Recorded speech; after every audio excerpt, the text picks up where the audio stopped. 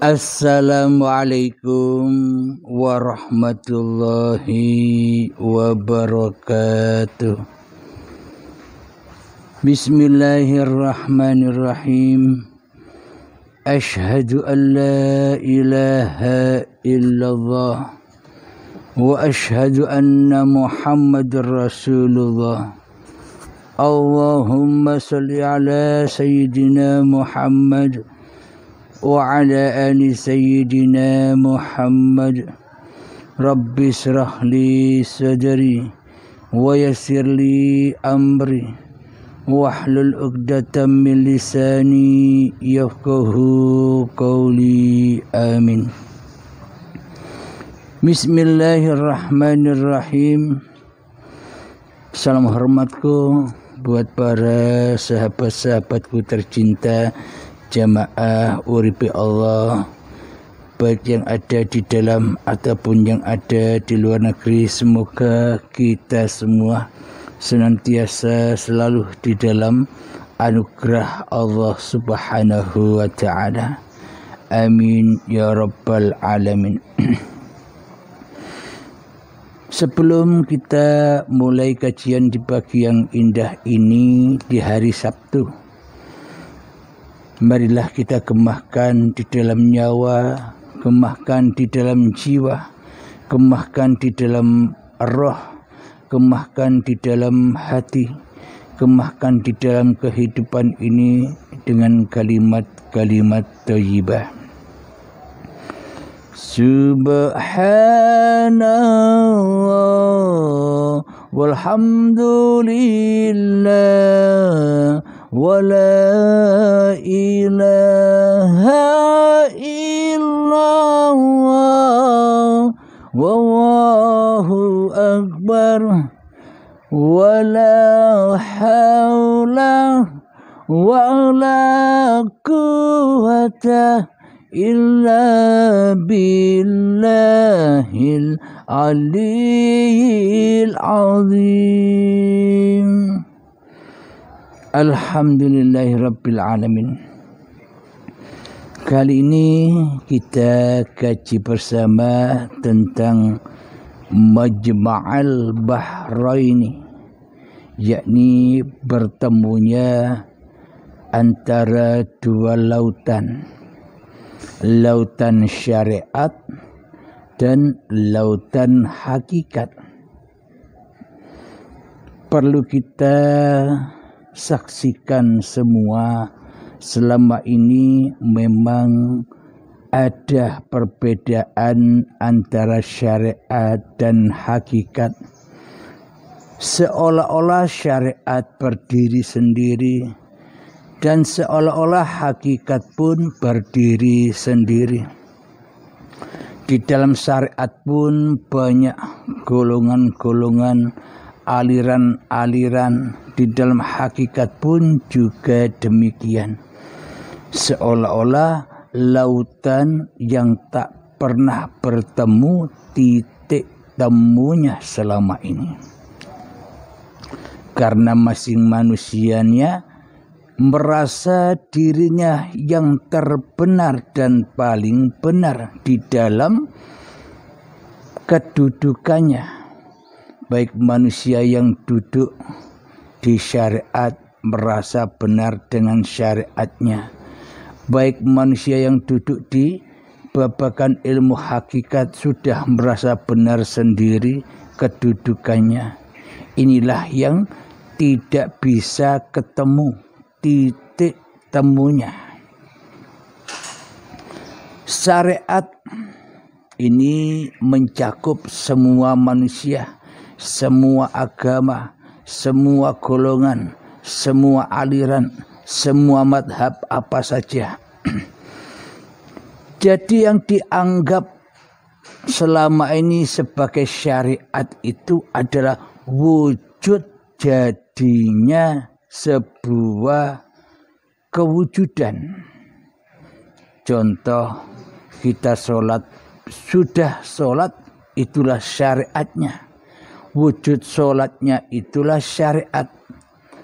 Ketika ibadah, wujud ibadahnya itulah syariat.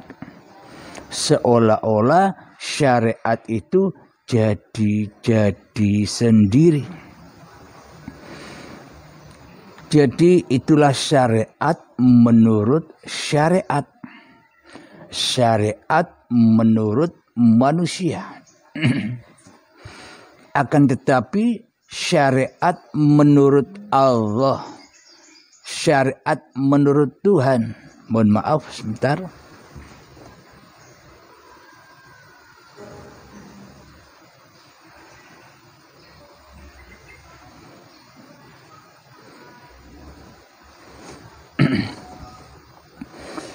Jadi syariat seluruh manusia menurut Tuhan yang menciptakan manusia, apapun yang terjadi, apapun yang terwujud, apapun yang terlihat, apapun yang terdengar, apapun yang terkalam, apapun yang terasa di dalam hati kita ini, itu semua adalah syariat.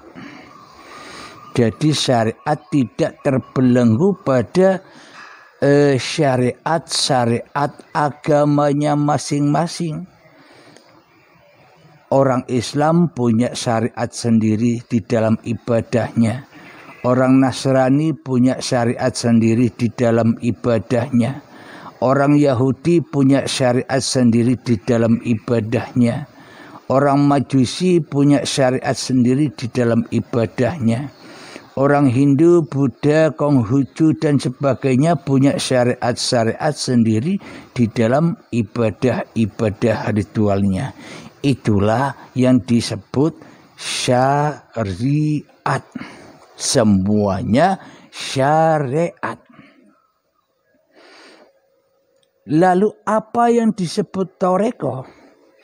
Jadi perlu diketahui, meskipun syariat-syariat manusia itu berbeda, tapi di sisi Allah ya syariat.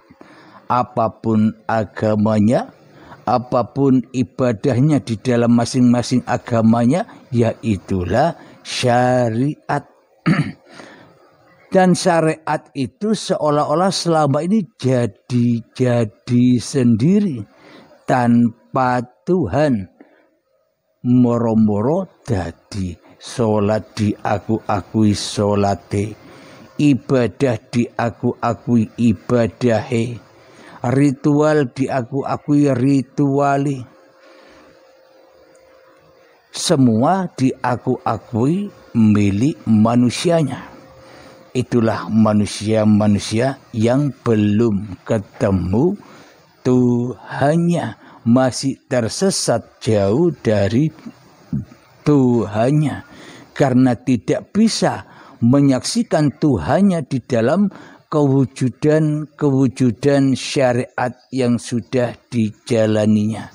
Karena di dalamnya hanya ketemu dengan setan, hawa nafsunya lah yang berbuat. Dirinya lah yang berkuasa atas mewujudkan syariat-syariat itu. Inilah tidak ketemunya antara lautan syariat dan lautan hakikat. Jadi seolah-olah antara bumi dan langit. Alhamdulillahirabbil alamin.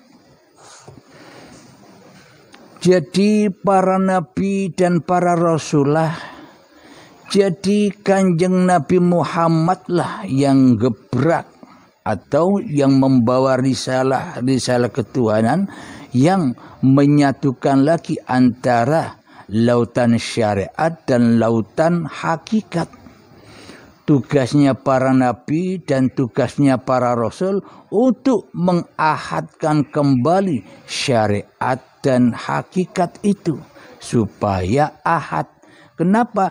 Jika tidak ahad, maka selamanya manusia akan berada di alam jahiliyah, yakni manusianya menjahili Tuhannya.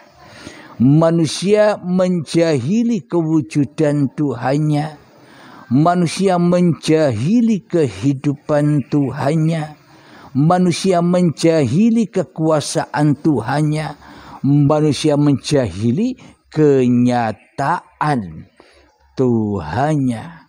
La ilaha illallah al-malikul haqqul mubin. Kenyataan Allah dijahili dengan manusia menggaibkan Tuhannya. Itulah kejahilian manusia sebelum ketemu dengan Tuhannya. Alhamdulillahirabbil alamin. Jadi tugasnya para nabi-nabi terdahulu, tugasnya Kanjeng Nabi Muhammad mempertemukan kembali antara Majma'al Bahraini, antara lautan syariat, bangsa syariat, manusia yang masih duduk di syariat saja dipertemukan dengan Majma'al Bahraini, lautan hakikat, yakni manusia yang duduk di dalam hakikat saja, dipertemukan, diahadkan supaya ketemu Tuhannya. Syariat saja batal, hakikat saja pun batal, sama-sama batalnya. Kenapa? Karena manusianya yang jadi Tuhan di dalam syariatnya. Kenapa batal? Karena manusianya yang merasa berhakikat di dalam hakikatnya. Belum ketemu makrifatnya. Inilah perbedaan-perbedaan yang harus disatukan agar kita tidak terbelenggu lagi dengan perbudakan setan yang sejatinya musuh-musuh manusia. Bukan manusianya yang bermusuh-musuhan dengan manusianya, akan tetapi manusia mempunyai musuh yang nyata, yang hak untuk dimusuhi di dalam hatinya. Siapa? Dirinya sendiri, itulah musuhnya. Kenapa kok bisa dirinya sendiri yang jadi musuh manusianya? Karena bila diri manusianya masih wujud jadi penguasa, masih wujud hidup jadi raja di dalam hati ini, maka selamanya manusia takkan pernah bertemu dengan Tuhan sejati-jatinya, Tuhannya yang menciptakan manusia itu.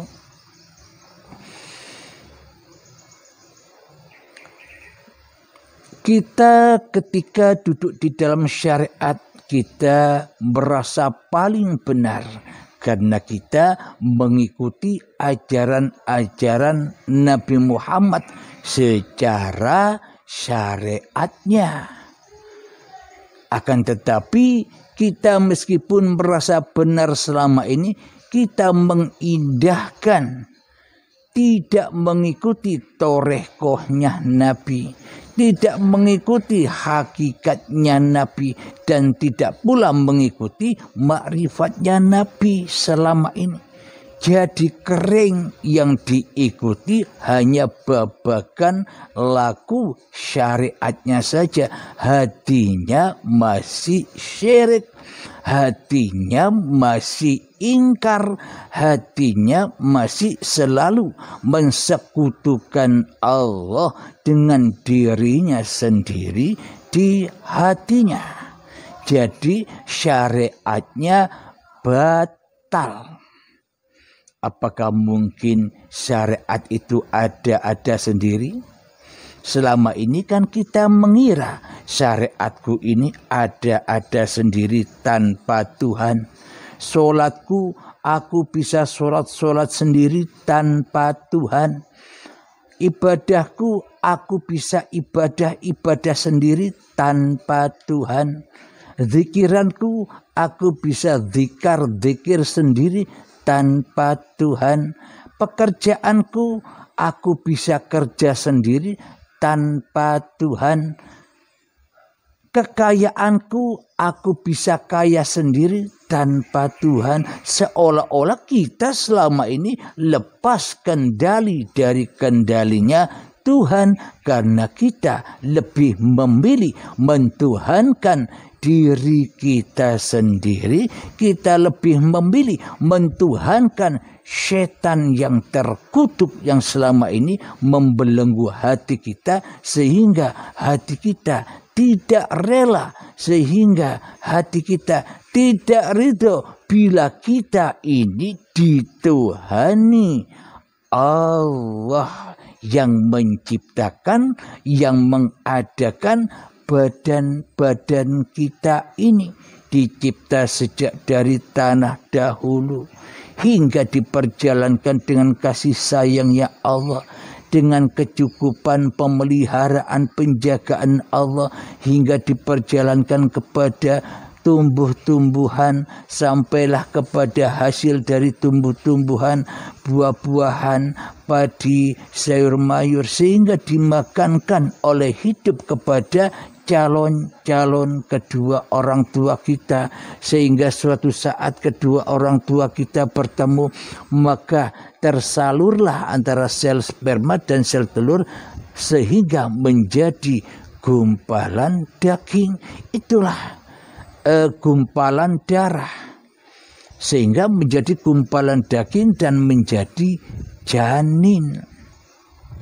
Itulah kasih sayang Allah, perjalanan-perjalanan masing-masing diri manusianya, agar tak lepas dari sejarah bahwa diri manusia ini ciptaan Tuhan, duduk moro dadi dewe. Tidak ujuk-ujuk jadi sendiri manusia ini. Menurut diri kita selama ini percaya bahwa kita ini berasal dari tanah. Tapi aplikasi praktek hati kita selama ini seolah-olah kita ingkar atas sejarah kita sendiri. Ingkar kepada hakikat diri sejati manusia kita sendiri.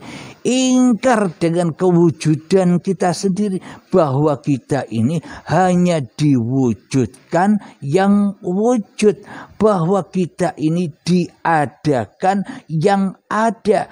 Apakah lebih ada yang diadakan ini daripada yang ada? Apakah lebih wujud yang diwujudkan ini daripada yang wujud? Seolah-olah yang diwujudkan, seolah-olah yang diadakan ini kan selama ini praktek di hati kita, merasa diri kita yang paling wujud daripada yang mewujudkan. Praktek di dalam hati kita kan seolah-olah kita yang paling ada daripada yang mengadakan. Seolah-olah diri kita yang paling nyata di dalam hati kita daripada yang maha nyata. Inilah akhirnya syarat-syarat kita tidak nyambung kepada hakikatnya. Ini bagi para sahabat-sahabatku yang masih duduk di tatanan syariat bloko, syariat wae. Sekarang menginjak sahabat-sahabatku yang duduk di dalam hakikat saja. Kebanyakan pemahaman yang di luar sana, kebanyakan para sahabat-sahabat yang telah memahami hakikat makrifat, bahkan kata guru saya pun dahulu ketika masih adanya guru saya, kata seorang pembantunya, pembantu dekatnya, khodam terdekatnya pernah bilang kepada saya begini. Katanya, Mbah itu bila sudah berhakikat, sudah tinggalkan saja syariat. Maknanya gimana? Ya ndak usah sholat lagi. Ya ndak usah ibadah lagi. Wong sudah hakikat. Pasti ya bila untuk menuju kepada hakikat, ya wajib meninggalkan syariat ibadah. ora usah ibadah maneh. Wong wis ketemu Gusti ini kok si ibadah. Itu kata orang terdekat mbah guru saya. Waktu itu saya belum memahami